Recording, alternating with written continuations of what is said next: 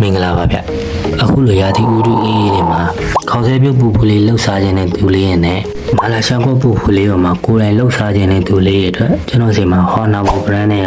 ပြုတ်ဦးလေးတွေကိုဈေးတက်တန်လေးနဲ့ဝယ်ယူလို့ရနေပါပြီဗျအရွယ်စားနေလဲဆိုရင်လည်း24 cm 6လက်မအထိကျယ်ဝန်းမှာဖြစ်ပြီးတော့ဟောနာဘောထိုင်းဖတ်ဆက်အလုံးလေးတွေပဲဖြစ်ပါတယ်ဗျ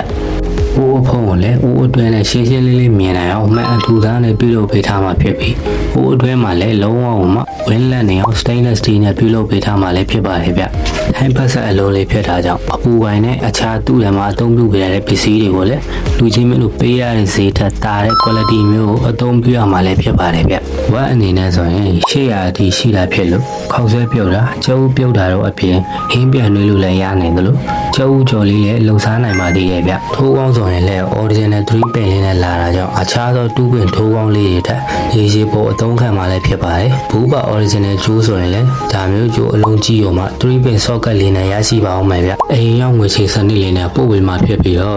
စိတ်ဝင်စားလို့မှာယူခြင်းနဲ့ဆိုပါက TikTok ချက်ပေါက်ကနေတစ်ဆင့်လည်းမှာယူနိုင်တယ်လို့ Facebook page Viber ဖုန်းနံပါတ်399443993923နဲ့တော့မှတစ်ဆင့်လည်းအသေးသေးစုံစမ်းမေးမြန်းပြီးမှာယူလို့ရနေပါပြီဗျ။